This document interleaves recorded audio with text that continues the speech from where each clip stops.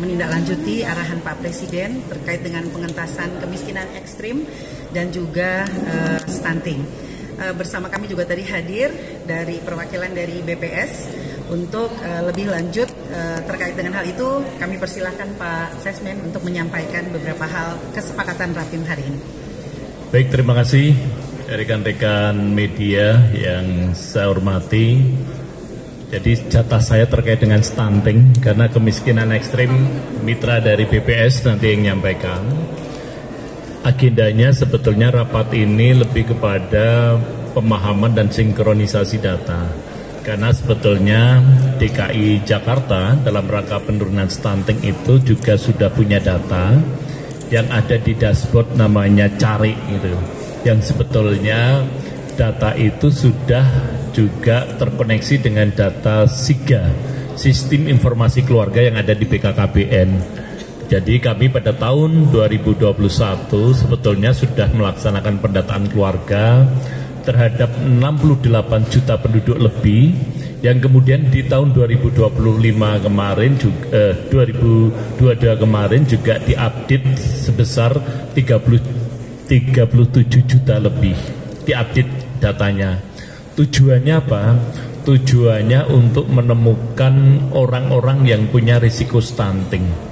Kenapa ini penting yang berisiko dibanding orang yang sudah terlanjur stunting? Karena secara medis mengobati orang yang sudah terlanjur stunting sama mencegah itu lebih efektif dibanding yang mencegah.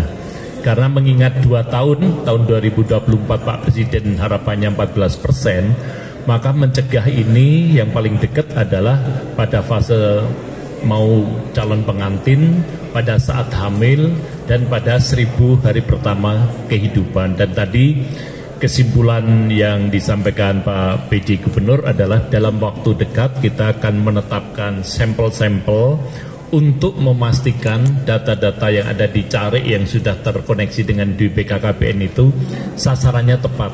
Kalau sudah sampel itu tepat, nanti akan di-profiling karena akan ada kaitannya penanganan kemiskinan ekstrim juga dengan stunting. Khususnya dikaitkan dengan bentuk-bentuk bantuan yang di DKI sebetulnya sudah cukup banyak. Dari jumlah bantuan yang ada, logikanya harusnya sudah nggak ada penduduk miskin ekstrim. Artinya kalau tidak ada, tambah penduduk baru lagi gitu. Karena sebetulnya orang yang ada di DKI itu sudah diintervensi dengan berbagai skema yang ada. Inilah justru yang sedang dicari akar persoalannya. Makanya itulah nanti dari profiling di lapangan itu harapannya bisa ditemukan.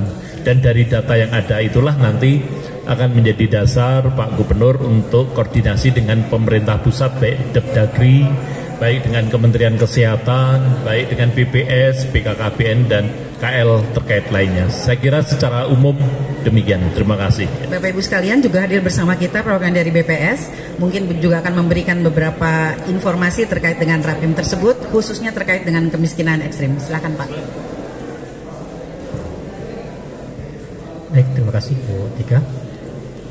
Kami tadi menyampaikan terkait dengan posisi kemiskinan ekstrim di DKI Jakarta yang pada tahun 2022 mencapai 0,89%, dan dalam diskusi tadi Pak PJ Gub menyampaikan kondisi-kondisi fenomena-fenomena di DKI Jakarta yang pada prinsipnya seandainya warga DKI itu telah menerima seluruh treatment pengentasan kemiskinan, seharusnya miskin ekstrim di DKI Jakarta itu sudah tidak ada. Tapi faktanya kami dari BPS masih menemukan, baik di survei sosial ekonomi nasional yang diselenggarakan pada bulan Maret dan September setiap tahunnya, masih ada sampel-sampel rumah tangga yang teridentifikasi sebagai penduduk miskin ekstrim.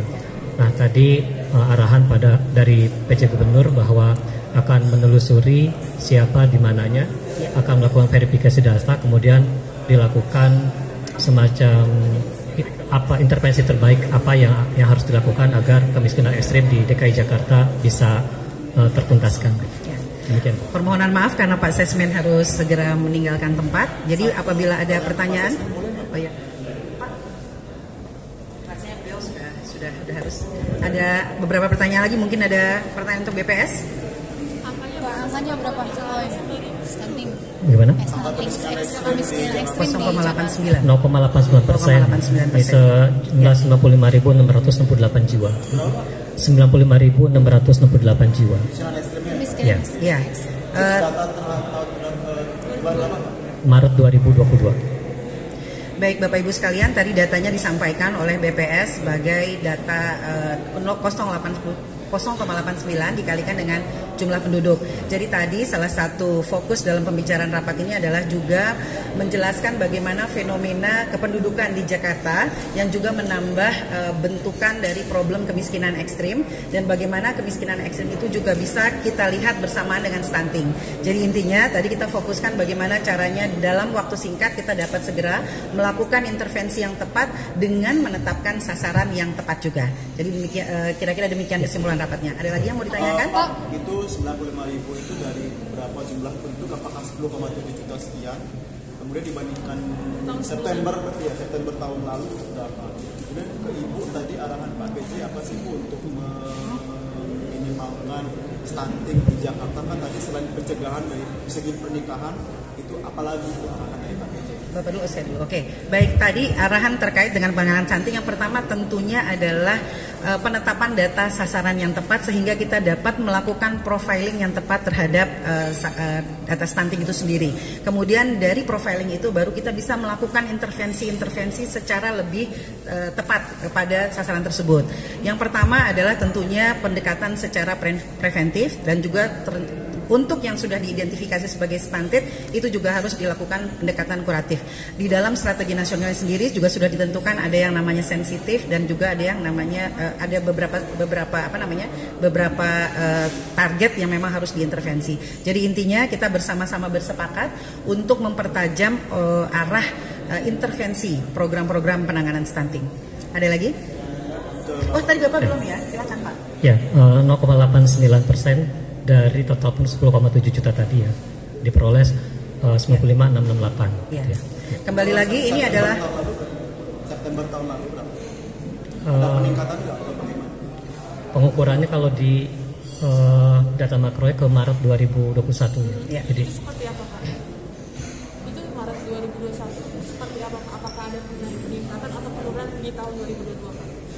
jadi tadi yang disampaikan oleh Pak dari BPS ini adalah 0,89 itu adalah angka rasio dikalikan dengan total jumlah penduduk. Jadi by name by address-nya justru yang harus kita identifikasi siapakah 95.000 itu. Jadi itulah yang menjadi fokus dari pembahasan kita, kenali siapakah sasaran by name by address dari 95.000 yang dihitung secara agregat berdasarkan angka kemiskinan ekstrim tadi. Nah, ini tadi bisa bermacam-macam pendekatannya. Inilah yang kemudian kita lakukan dengan penetapan data sasaran melalui berbagai kesepakatan definisi operasional baik dari kemiskinan ekstrim maupun dari stunting, dan juga menetapkan overlay berbagai data untuk bisa memastikan treatment atau program yang intervensi yang tepat. Kira-kira demikian, Mbak. Ada lagi? Saya kira cukup ya. Satu lagi terakhir ya. Kalau misalnya melihat dari yang September tahun lalu sama data yang sekarang, yang kemiskinan kan ada kenaikan 0,1% nih kurang lebih. Ya. Nah dari Pak Heru sendiri ada arahan nggak? Maksudnya ini kan walaupun angkanya di bawah 1%, tapi ini kan ada kenaikan berarti Bu. Kalau jumlah kemiskinan harusnya turun. Salah kali Mbak. Untuk kemiskinan coba nanti Bapak yang jelaskan bahwa kalau kemiskinan ini bedakan ya antara angka kemiskinan sama kemiskinan ekstrim. Kalau kemiskinan rasanya turun ya Pak. Silakan. Ya. Jadi kondisi Maret 2022 kemiskinan DKI Jakarta itu mengalami penurunan, bukan naik. Berarti sebenarnya pembedanya apa antara kemiskinan dan kemiskinan ekstrim? Baik. Jadi kalau kemiskinan yang umum itu menggunakan garis batas namanya garis kemiskinan. Sementara garis kemiskinan ekstrim itu angkanya lebih rendah lagi, di angka setara dengan $1,9 purchasing power parity, yang kalau dikonversikan ke rupiah senilai Rp11.633 per orang per hari, atau Rp350.000 per orang per bulan gitu. Jadi orang akan terkategori sebagai penduduk miskin ekstrim kalau pengeluaran per kapita per harinya itu di bawah Rp11.633 tadi, atau secara akumulasi rumah tangga pengeluarannya di bawah Rp350.000 per kapita per bulan. Baik, terima kasih Bapak Ibu sekalian. Jika ada pertanyaan lebih lanjut nanti bisa menghubungi Humas. Terima kasih. Assalamualaikum warahmatullahi wabarakatuh. Waalaikumsalam.